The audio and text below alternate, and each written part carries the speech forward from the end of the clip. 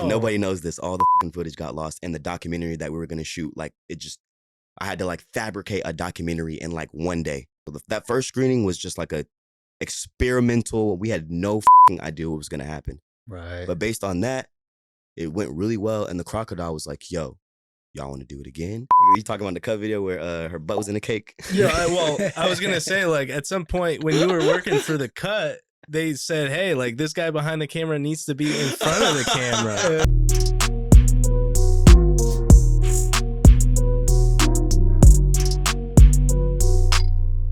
What's up, y'all? Welcome back to the Untapped Potential Podcast, where we interview local visionaries from the Pacific Northwest. Today, we got a very special guest, Lex Scope. He's a filmmaker and founder of the Scope Screenings Film Festival here in Seattle, Washington. In this episode, we talk about Lex's start making music videos and how he turned his passion for filmmaking into a career. Make sure to stay tuned after the interview to check out our vlog of Lex's film festival. And if you haven't already, make sure to subscribe to our channel and hit that like button. Now let's get into the episode. Hey, y'all. Welcome back to the Untapped Potential Podcast, where we interview local visionaries from the Pacific Northwest. Today, we're sitting down with Lex Scope, a filmmaker and multifaceted artist from Seattle, Washington. Welcome, Lex. What's going on, bro? Hey, what's up? What's up? What's up? How y'all doing? Amazing. Doing great, man. Thank y'all for having me on, first and foremost. Like, I seen what y'all been doing. I love the setup. It's really dope. Like, I like people that commit to the craft and really, like, I scrolled back. I'm a person where if you got a lot of posts on Instagram, I'm gonna go to the very beginning and see what's up. So like, I like that. I can see the growth and the upward trajectory, you know what I'm saying? So I just want to give y'all some flowers and some kudos real quick. Hey, man, I appreciate it, man. It definitely has been a long journey. We were just telling you upstairs, we started off in the kitchen and now we have this like little studio space down here, man. So we've definitely grown a lot, for sure. Respect, man. I'm happy to be here, man. I love it. When it feels like a real production, I really get that like I'm here, like, let's get it, you know? For sure, man. No, it's been a blessing for us, honestly. We've grown a lot. You know, as Chris mentioned, we started on a kitchen table. Now we got a set studio. We don't got to set everything up every single time, which I'm sure is something that you could appreciate and you understand working in filmmaking, man. It's crazy. It used to be like a 4-hour operation, just set up and tear down. So when you got a dedicated space, it means a lot, you know. And we're very happy to have you here, man. You know, you as a filmmaker, you know, giving us those flowers, it means a lot. So we want to dive into that, man. So what got you started into like just appreciating film and developing an interest in film? Shit, that's always the question I get. And honestly, it's like not even a super cool answer. I really just loved it from being very young. Like my pops, we would always go to the movies as like a family. And like, it was my task to like look through the phone book and call the theater and listen on the phone for like which, you know, showing we would go to, which ultimately meant I get to pick which movie we all get to go see as well. So like that being my function as a kid, I did skate videos for the homies. It just elevated to me doing a music video because I had a camera. Like, oh, cool. Yeah, I was never really like, oh, I'm going to be a movie director. I just always loved movies. Like, you know, all of us used to watch TV and stuff like that. So I think all of us have that love for cinema and just like dope visuals and stuff like that. Right. And then when there was a college I went to for like a semester. I didn't even know I could be a director. I didn't even know that was a job until I went to that college. Like, based on like the school I came from in North Carolina and the school systems down there and whatnot. Not saying anything negative. I'm just saying like there was things that weren't necessarily there that from being here, I've noticed like, damn, y'all schools are nice as over here. Like all kinds of programs and like stuff like that. So I was like, as soon as I realized, oh shit, I could be a director, got kicked out of college by my parents. They just said, you ain't doing good, so you can't go back. But, and then I knew what I wanted. So by the time I knew what I wanted, like, I knew like, oh shit, I want to do that for the rest of my life. And that's really what I kind of did. Damn. So did you just take a class and that moment just kind of clicked for you? Or like at what point did that click? Kind of, yeah. Like they put all the art kids in like, say you're a sculptor or a graphic designer or a painter, they put all of y'all in like intro to whatever. So I'm in like a random like sculpting class with like some dudes in like the video class and they hit me. They're like, oh, you got a cool style. You want to come like act in a video for us? And I'm like, oh, cool. They take me, they gave me some beer or something because I wasn't even 21. So I was like, yo, here goes some beer. And I go and we're in like the green screen infinity room. And I'm like, yo, this is y'all's homework? What class is this? Like, what program is this? Like, I'm trying to be a graphic designer, because I draw like, originally I was supposed to be like a illustrator. I do all my tattoos, draw cartoons, all that shit. But like, oh, cool. That was what I could convince my parents to let me go to college for at the time. because it's like, yo, I want to do art, and I know I like am artistic, but I don't know like the specific branch of art I want to do. Mm. And like right in that moment, I was like, yo, y'all's job is to, we filmed like a commercial where I was just acting real quick about something in the store, interaction. They were just doing their homework and it was just a rush job. Just, this is our homework. Let's just do it. All right, we're done. But I was like, what? This is y'all's homework? Like, I'm having to read books and draw sketches and all this. I want y'all doing camera stuff. Had no idea that was a thing, like at all. Right. So when was the first time you picked up a camera and you were doing your own filming? I think officially it was probably like 2011 or 2012. That's when I was like, I'm starting a production company, whatever in my brain that was. Wow. So that was immediately like while you were taking this coursework or just after you finished the class? I think it was after I went through the mental thing of like my parents not letting me go back to college. What the fuck I'm about to do? Oh, I see. Because that's still, I said the story very quickly, but there was a whole year where I'm like, I'm back at the house with my parents. I don't know what the fuck going on. I gotta make some shit shake. My parents are like, what are you doing? You're not in college. So you know what I'm saying? It really took like that time period to be like, all right, well, and also back then I used to make music, but even like now I couldn't make money. I couldn't prove to my parents I could make money off of that. So it was really kind of like a dead end. So it's like, I can't tell my parents like, yo, I'm dropping out of college to do art. But that's essentially what happened. Oh, got it. Yeah. And now they look at it and they understand, but that's really what it is. You kind of just gotta take that scary ass leap and be like, yo, this is what it is. Nobody might not like it because y'all have y'all's idea of what y'all want for me, but like, I think I could do it. Right. And at that time, I bet it was an even bigger risk compared to now because there was no TikTok. Like YouTube was just getting started, right? Yeah, I was trash at YouTube. Even now, my YouTube don't got hella subscribers because that's not really like what I'm good at. Like I have videos that I've shot for artists that have like 20,000, 50,000, 100,000, but that's on their YouTubes. Sure. They pay for the video. Right. So I never really focused on my own YouTube. Like I did vlogging every now and again, but it just didn't really I didn't really love it.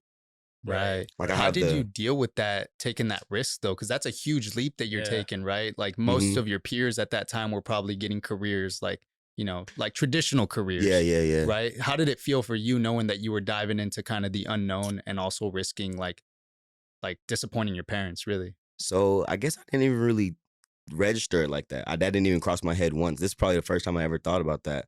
Because I had some of the homies that did go to college, but I also did have some of the homies that never even thought to even go to college. So it was like having both of those, like kind of the dichotomy of both, you could really see like, all right, well, there's people that are already doing this. Like one of my big homies, when I first started realizing like, oh, full-time art is this dude named Perry.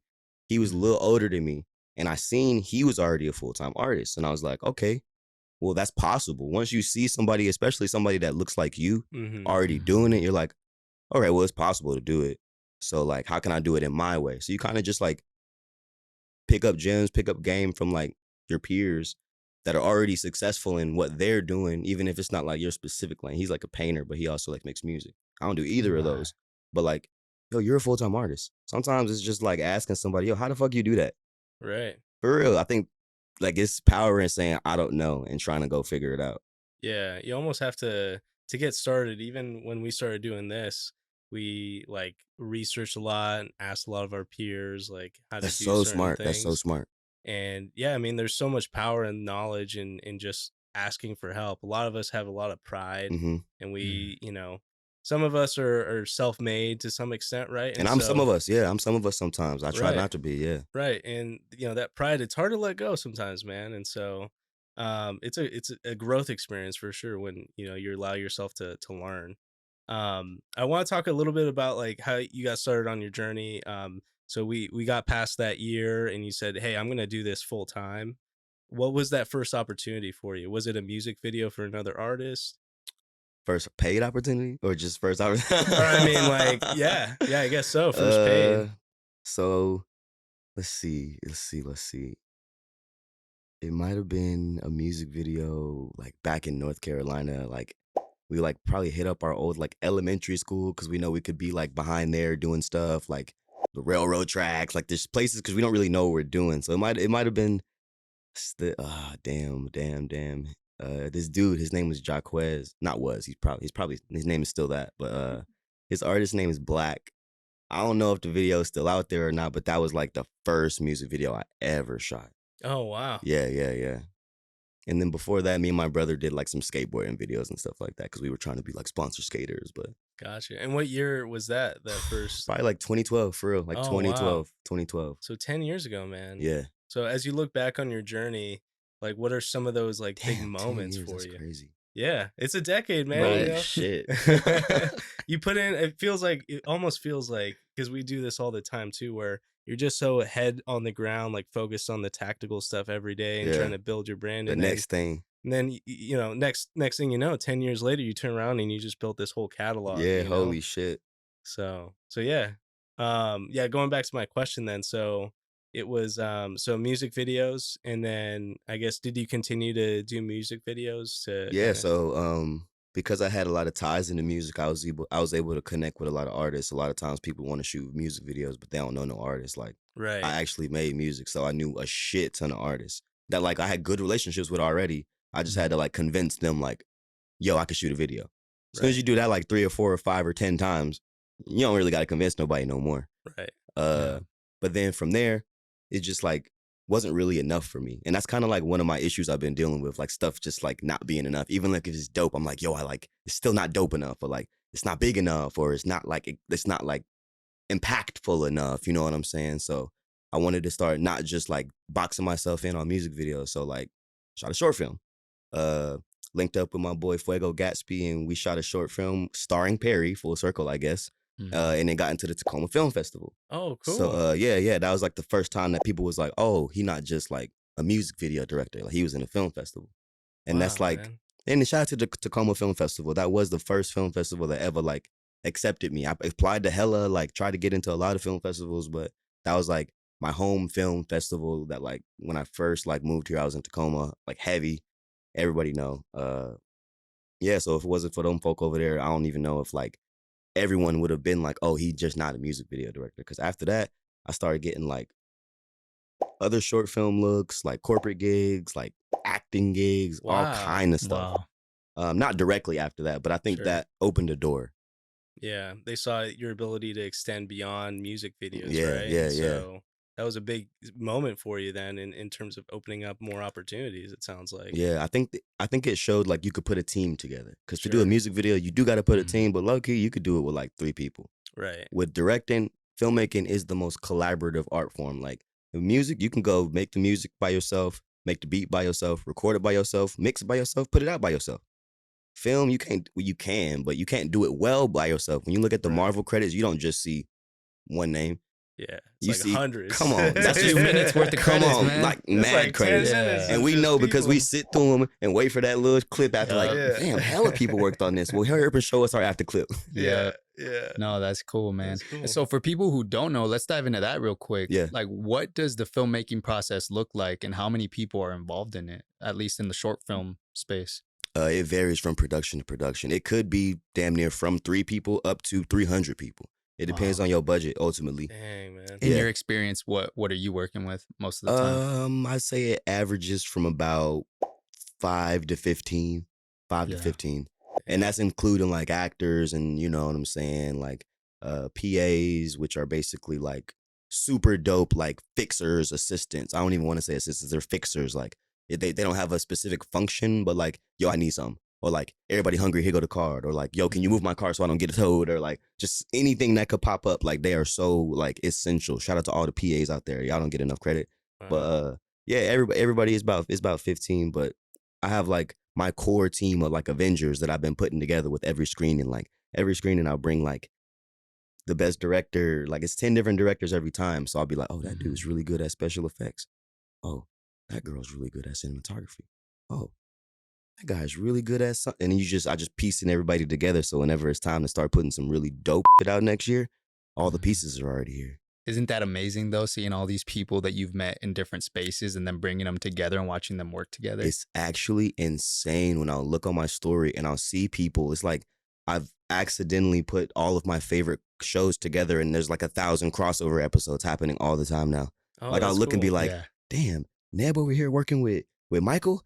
Oh, damn, like so-and-so's over here working with who? I'm like, it's just so beautiful just to see everybody, because everybody that generally be behind the camera is not necessarily like frontmen.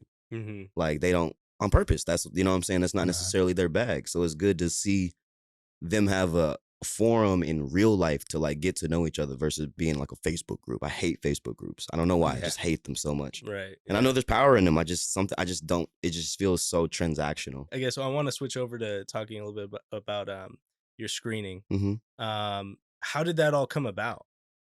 The film festival? Film festival, I should say. Oh, yeah. no, it is a screening, but it came about, let's see, Scope screenings happened. The first one was in June.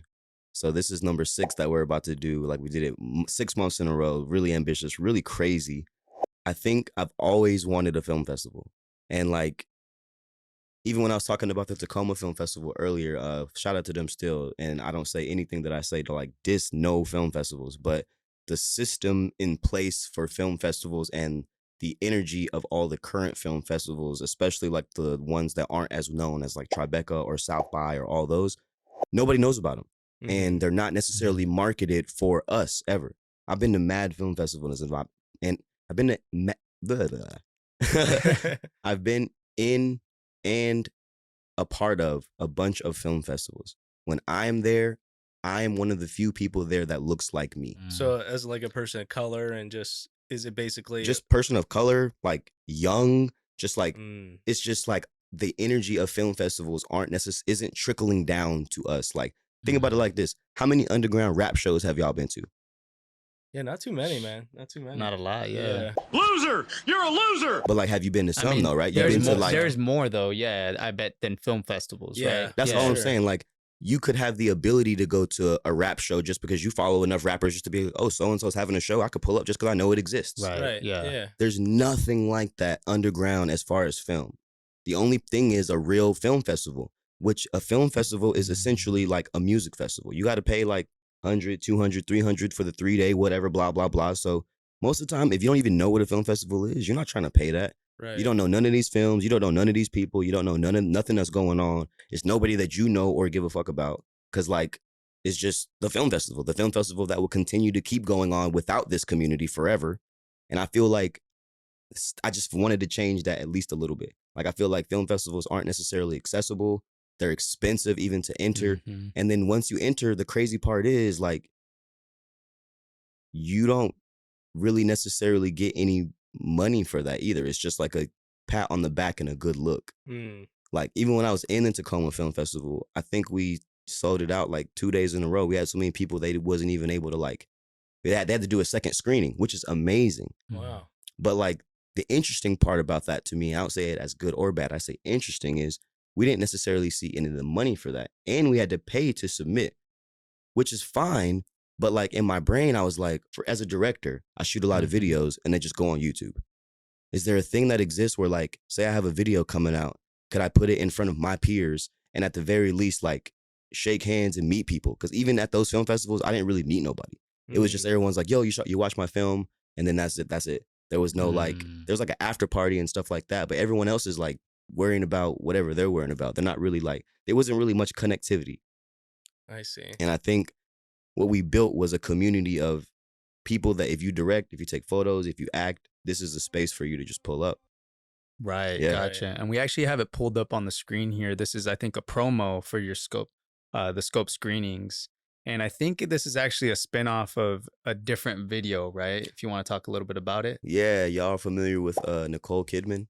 Yes. Yeah. Oh, that's right. The AMC stuff. Yeah. Yes. Okay. I thought I recognized this. This is actually shot for shot the exact same commercial. If you actually go into like my IG or something like that, there's a comparison video of them shot for shot, side by side. We did the exact same. Shout out to Sarthi. He shot it. I chopped it up. But it was one of those things where it comes down to marketing, just like y'all do for y'all's pod. Like, it's like, hey, come to my show versus like, what is this? Right. No, that's really cool though, man. And so the Scope screenings are hosted in downtown Seattle at the Crocodile. Yeah, it's underground, literally an underground film festival. There's a venue under the Crocodile called Hereafter. It's like a comedy venue, and it also has obviously a theater in there. And not a lot of people know about it until we started doing this. And I say we got it pretty popping down there now. That's dope, man. That's cool, It's man. literally an underground film Literally an underground film festival. That's why I can't stress it enough. Like, we are under the crocodile, showing films from the community, the homies, people of color. Like, everything that we're doing is intentional. Everything we're doing is like really special, and I advocate for it so tough, and I get so passionate because I genuinely don't think anyone has ever done this before. Right. Like this. There's Right. like film festivals that obviously exist here, but like who Never know hear about them. that's all I'm saying. Yeah. that's all I'm saying. Like, where they at? Yeah, exactly. Yeah, man. And I like how you emphasize the networking piece too with the creators that are submitting their films to be shown, because Talk to I think each other. that's so important, man, because you're not only like showing what they're doing, but you're connecting other people with other people. And we talked about it earlier, you know, how like you've seen the beauty of connecting people that are powerful. You're doing that pretty much for the artist community here in the Seattle area, which is something really beautiful and I think really needed. So, man, that's amazing. Yeah. It's funny. I'll go back to a question you asked. You said, how the screenings get started? Originally, it was, I wanted to make it to have like how the rappers do rap shows. I wanted to make it so I could do a film, and 4 quarters, I was going to drop a short film, and I was going to sell tickets, and that was going to be how I had another source of income, because like rappers make the album, then they go do the show, and that's how they eat most of the time. So I was like, all right, I could do the videos, and then I could do the show, and that's how I could eat, instead of just putting it on YouTube for free, which I'm going to do anyways. But how can we monetize off this art? How could we really make our passions into our careers? Next thing you know, I shot the short film. I was going to do the first screening. All the footage got lost.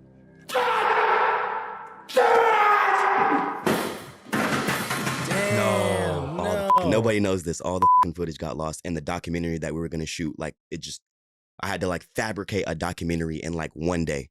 Damn. Wow. Yeah. So, and then in lieu of me having to fabricate the documentary, I started hitting all the homies up like, yo, you've had this music video for a long time that I just really love, and I would love to show it to everybody.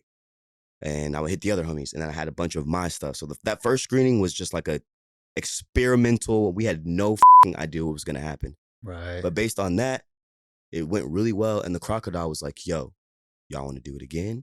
I was like, yo, there's no way I can do that again. I showed every dope video I already had. There's no fucking way I can do this again.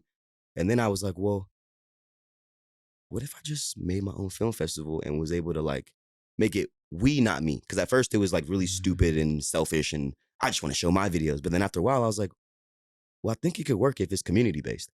I think if I literally just be like, yo, I'm here. So, I mean, it's still my show, but let me put some other people on. I have a lot of talented friends. I have a big ass network. I have the stage presence and the energy to be able to host a show. So all the stuff started working out. And then I shoot videos. So I was in that venue shooting a show. That's how I found out about it. Shout out to Fun and Flirty. I was shooting a Fun and Flirty show, and there was a comedy show down there. And I was just like, damn, this venue is dope. And I was really close with one of the producers of that show. And I hit her and I was like, yo, can you talk to them about how much it would cost for me to do like, you know, a screening here and show some stuff, like whatever. The number that they came back was really reasonable. So I was like, I think I'm gonna try to do this. Can you set it up? So she and I started working together. Shout out to Shay. We started working together. Wow. Yeah. So initially, it was only just gonna be like a one-time thing, Yeah. and then oh wow, Yeah. oh wow. So That's that's so crazy, That's big. man. It's funny how those things. It was work supposed out, to be man. a one-time thing. Well, it was supposed to be once a quarter, but once that first one went it just went so left field. I was like, yo, I don't ever want to do this again. This was the worst day of my life. Like, but everyone loved it. Like, so I was just like, oh, okay, well, maybe this is okay. Let's keep doing it. And then it just keep getting more support. It keep getting more people that are happy with it. So as long as people are happy about it and they keep wanting to come, I will maybe keep doing them. We have a deal until December. So That's Okay. awesome. man. yeah. And the negotiations are going very well. That's Yeah. dope, man. Well, No, that's yeah, beautiful. man. You touched on this a little bit, and it's a little bit of a pivot, but I want to talk about your acting journey. Yeah. So you mentioned that you just signed with an agency. Shout out All About You. Shout out Tammy. Is this like the natural progression of where you see like your career headed and like what you are interested in doing? Fam, that was so random. Like, I'll give you a quick rundown. I never thought I was about to be an actor. That was never been one of the dreams I've wanted to do. But like, I have a natural like inclination for it from being on camera all the time, I guess, or behind the camera and directing and just being in this industry. And I lived with a roommate for 2 years in quarantine pretty much. And he was in the master's program at like UW for like theater and like acting, like super dope. Wow. Shout out to Case and Trevino. That guy's long story less long. He moved to New York. He's already signed. I think he signed to like Shia LaBeouf's manager. Oh, wow. Yeah, no, he's incredible. yeah, you're gonna see about him someday. I just happen to live with him. I just happen to live with him. Seriously. Like, actually, the same girl that sent the emails for the crocodile found me that apartment. Like weird, other full circle. So like I lived in that apartment because I'm bad at finding apartments. So like she just sent me a bunch. I pulled up. We had the meeting. We lived there for 2 years. He signed. He moved to New York already. He came back from New York for his movie premiere at an AMC theater. Holy Like cow. his face was on the side of the fucking movie wall, all that shit. Wow. And he hit me. He's like, bro, can you pick me and my girl up from the airport? Him and his girl, like my old roommates. I'm like, heck yeah. Swerve, picked him up. He's like, bro, I need something to wear. Shit, I missed to put it on. So I took him over. We got some clothes, put it on real quick, drove him to the movie premiere. We showed up late to the movie premiere because we was whatever we was doing, but we showed up a little bit late to the movie premiere. His movie premiere. Yeah, we pull up. We say, he's like, yo, the movie premiere is right now. We got to fucking get the suits on and go right now. So we hop in the car, driving over there. Next thing you know, we show up. Everything is cool. They can't start it without him. It's his movie. But the whole time I'm sitting in his movie premiere, I'm sitting next to his agent the whole time. Wow. His agent the whole time, who's now my agent. The universe speaks in mysterious ways, man. And he had like emailed her and told her about me, like, yo, like this guy has like Reebok deals and Express deals and all these other kind of deals and this and that, like with no representation. And she's like talking to her in real life now because I'm internet emails. Hey, I'm whoever, somebody that I live in a roommate with. Hey, sign me. That's never gonna work. Yeah. It's never gonna work. Let's be real. I'm sitting next to her and I'm like, oh, you the agent? Yo, look at all this. And she's like, yo, you did all that like by yourself? Yo, hit me tomorrow. And like within the next week, I was signed. Wow, man. Yeah, I sent her this short film that I did with the swim team that I acted in, actually. It was like my debut acting role, pretty much. This government subsidizes the corn industry to such a manner where they're down to wipe out all the other crops just to grow corn exclusively because they know they're going to get paid for it regardless of whether they need it or not. Wow. Called Matter of Time. Please check it out. It's amazing. It's a musical album as well as a short film. And that short film itself also got into the Atlanta Film Festival. We flew to Atlanta, won an award. Wow. That's what I'm saying. Man. It's a really dope short. Man. So I sent her, thank you. I sent her my monologue from that. And then it was a wrap since then. That's Yeah. amazing. Yeah. And Is that short on YouTube? Hell yeah. It's called Matter of Time on YouTube. Matter of yeah. Time. All right. Sure. play, We'll put the link in the bio too for everybody who's tuning in. I play Marcus the Corn Man. Marcus the Corn Man. I play Marcus the Corn Man. Yeah. What's a corn man? Somebody who sells corn, or? So I sell elote. Oh, okay. Nice. Yeah, I Oh, sell okay. elote. Yeah. I love it. I love Check it out. El Elotero, let's go. Yes, sir. That's Yeah. what's up, man. Yeah, no, it's a really dope short, man. And that's screened in the screenings as well. It's screened in the fourth one, if I'm not mistaken. It was like the headliner, pretty much. Oh, That's man. wow. Yeah. That's really cool. I wanted to talk a little bit about Cut too, because we also noticed that you were on a Everybody Cut always want to video, talk man. about Cut. Everybody always want to talk about Cut. Oh, Yeah, Team dude, we Jordan. popped it up. Yo, I've done so many Cut videos too. Like I've done this one. I've done one with my little brother where we went through each other's phone. I've done like Oh shit! I'm actually about Yeah. to. They text me. They texted me. I'm about to go do another one Thursday. Wow, Where like man. lesbians are gonna rate my attractiveness. I don't know if I'm supposed to tell y'all that, but yeah. So that's about to be on the way, I guess. So Oh, you heard it here man. first. That's cool. How did you like collab with the Cut? How did that intro happen? This speaks volumes to what I tell people. My power comes from getting drunk and having fun with my friends. That's how it happened. I was at a party one time, and it was actually, I think it was an LBA party. Shout out to the Laid Back Allure guys, if I'm not mistaken. It was a Laid Back Allure party. I was just trying to hang out, talk to some girls or whatever. Me and my best friend Cam just running around doing shit. The producer from the Cut was there. Oh, and he wow. just happened to chop it up with me and be like, yo, I do this. I didn't even know what the Cut was when I first went on it. The first episode I went on was like a lineup, and I just had no idea. I was just so happy to be there because it was such a dope, big production. Right. And my brain wasn't even thinking on like, I want to act and be doing Cut. I'm thinking, how can I shoot for them? So basically, after the first time I accidentally ended up there, I hit them up trying to shoot for them, and I shot a couple of episodes. Like I worked with them as a camera operator. Oh, wow. Which basically Gotcha. is kind of like you just make sure the camera's good. You just make sure the settings are good. You stand there.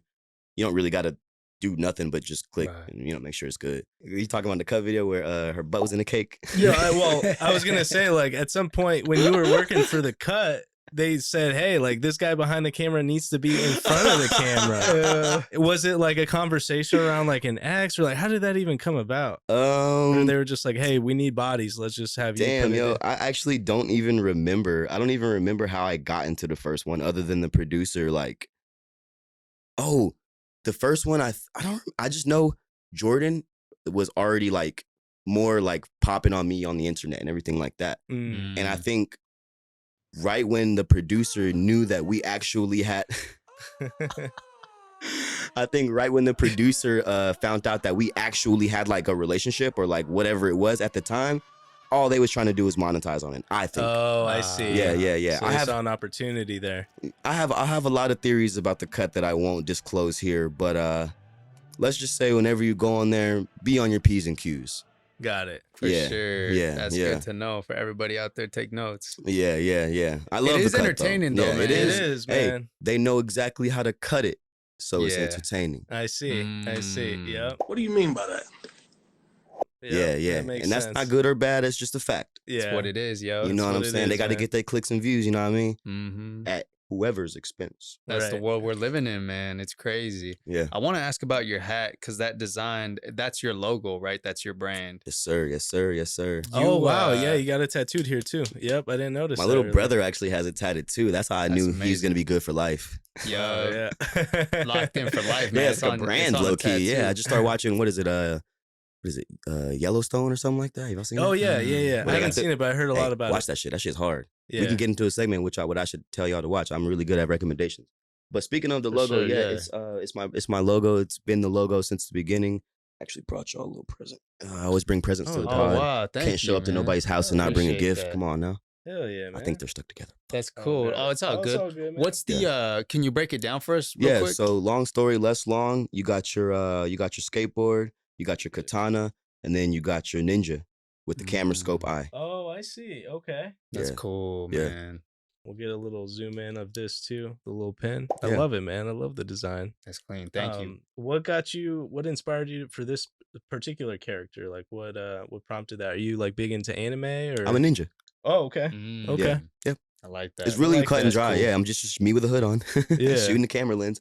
The original design had me like holding a camera on a skateboard, and it was just hella a lot going on. Mm. And that's Oh, what I it's see. that's what it was simplified to. And not for nothing, just like Mac and just like Apple and just like or those same thing, but just like McDonald's, like the logo will change and simplify over time because it's still a lot.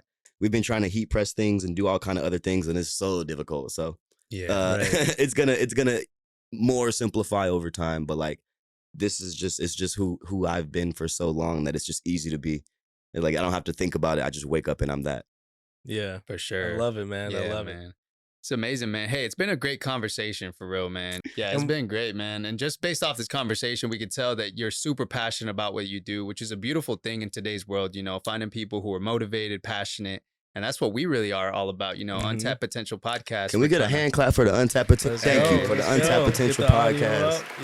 Yeah. Yeah, but thanks a lot, Lex Scope, once again, man. And, you know, for the people that are watching, you're actually going to get to see a vlog at a Scope screening that we're going to be at. We haven't done it at the time of this recording, but we're super excited to do that, man. It's going to be our first time doing something Yeah. like that. But yeah, thanks again, Lex Scope. And for y'all out there tuning into this episode, make sure you subscribe, leave a comment, like this video, follow us on all social media, and catch us next time. Peace.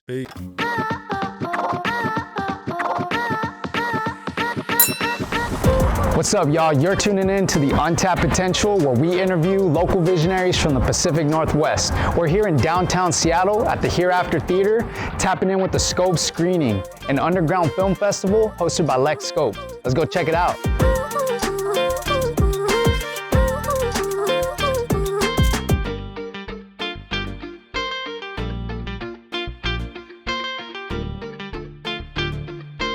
What's up, y'all? We're here with Lex Scope, hosting the Scope screenings. What's going on, Lex? How you feeling? What's up, man? How y'all doing? Thanks for coming. Thanks for showing up. I appreciate y'all. What's your vision for tonight? Basically, we're trying to keep it chill. We're trying to have a good night, have a good time, watch some films, try to integrate unity and community in film, especially since like a lot of the film festivals that I go to don't really look and feel like this. So it's just very important to try to bring that vibe out and also give a lot of the homies and new homies a platform to show their dope projects that they put blood, sweat, and tears in on the big screen. Y'all seen the theater on the big screen in front of 100 people, 150 people, you know what I'm saying? I never had that for the first 10 years of shooting videos. So I've actually never been to like a live screening like this, so this is actually a first time for me, man. But I'm excited, man. Based on the interview that we had, I'm super pumped, man. You're doing something super unique for the city.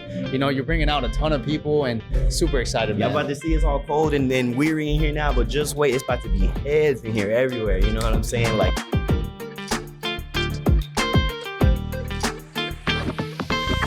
What's up, y'all? We're here with Shaylee or Shay Rose. What's your vision for tonight? How do you think it's gonna go? Yeah, I'm super excited. This is our 6th Scope screening, so it's gonna go well. It's gonna be a lot of music videos, short films. We have a lot of different local artists, a lot of people from all over who are gonna come and actually get a chance to talk about their films on the stage. A lot of people have never even seen their film on the big screen before, so it should be super cool.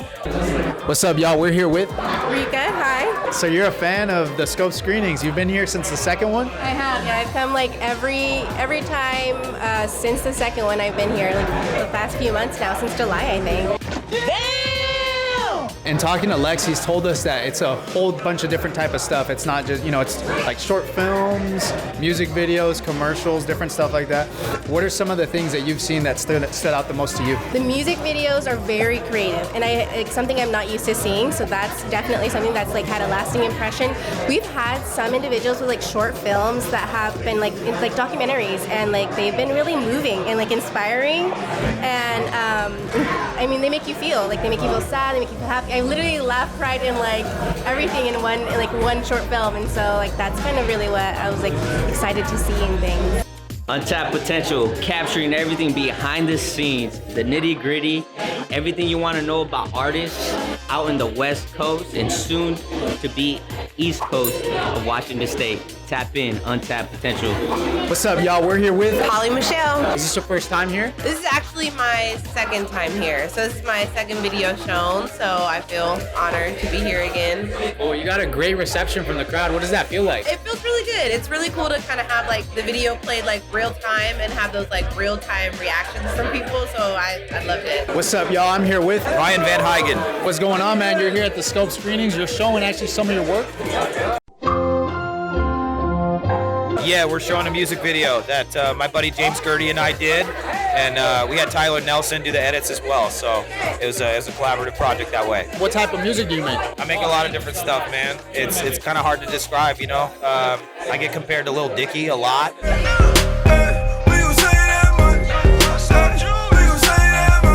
You know what I'm saying? But I don't know, I rap in a bunch of different voices and I try to keep it real interesting. What's up, y'all? I'm here with Samurai Dell. Samurai Dell. So what kind of visual are you presenting tonight? So it's me and Blake Anthony's music video for a new song we got coming out called Bounce. Comes out on 11/10. Yeah, we shot it out in Issaquah with this guy named Dylan Fout. He couldn't be here, but he's here in spirit. Yeah, stoked to show it to people, see what people's reaction are. Hey everyone, today we're here with Lay Rose. Tell us a little bit about what we can expect about the event here. So basically it's just a collective of videos that most people will only see on their phones. I'm in the screening myself with, a music video that I shot maybe a couple months ago. So I'm really excited for that. I get to showcase my video, a music video that people will only get to see on the phone, and now they get to see it on a big movie screen. I know other people that, come into this event are just as excited as me to have that opportunity to connect with people and really important people around here that's doing the same thing that they're doing, but also get to showcase it on a big ass screen. So nowadays we've kind of started to build a community of people that understand what a film festival is supposed to feel like, even if it's at the lowest level. It's very important. The film festivals that even I've been a part of, they don't feel or look like this. And if anybody that has been in here, been to a film festival, or been in the film industry, you know what I'm talking about. I feel like it's almost my responsibility now to unite us through film. Long story, very less long, so that's what we're here to do.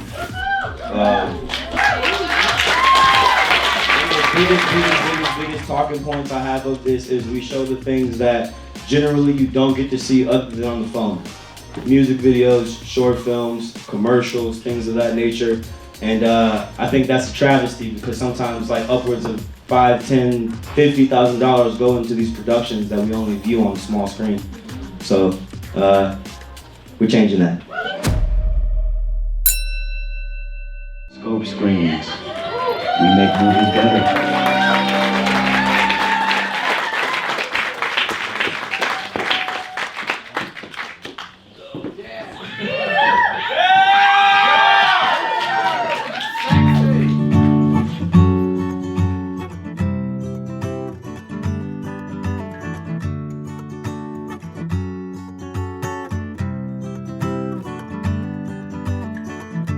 I'm not your savior, I am not some elevator. I'm not looking through a keyhole, I'm not speaking to you directly.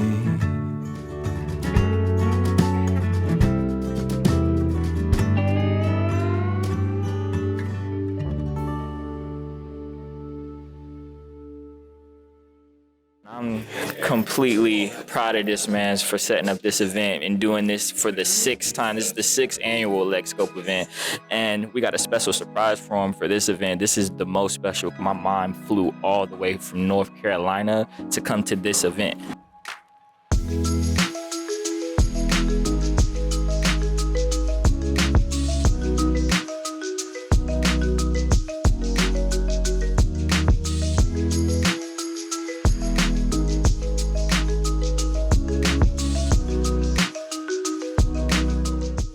How do you feel? What do you think tonight's gonna go like? Well, I'm a little nervous because he doesn't know. And I know he doesn't like surprises. However, I think he'll like this one. What do you think? I think he's gonna be like super delighted to see you tonight.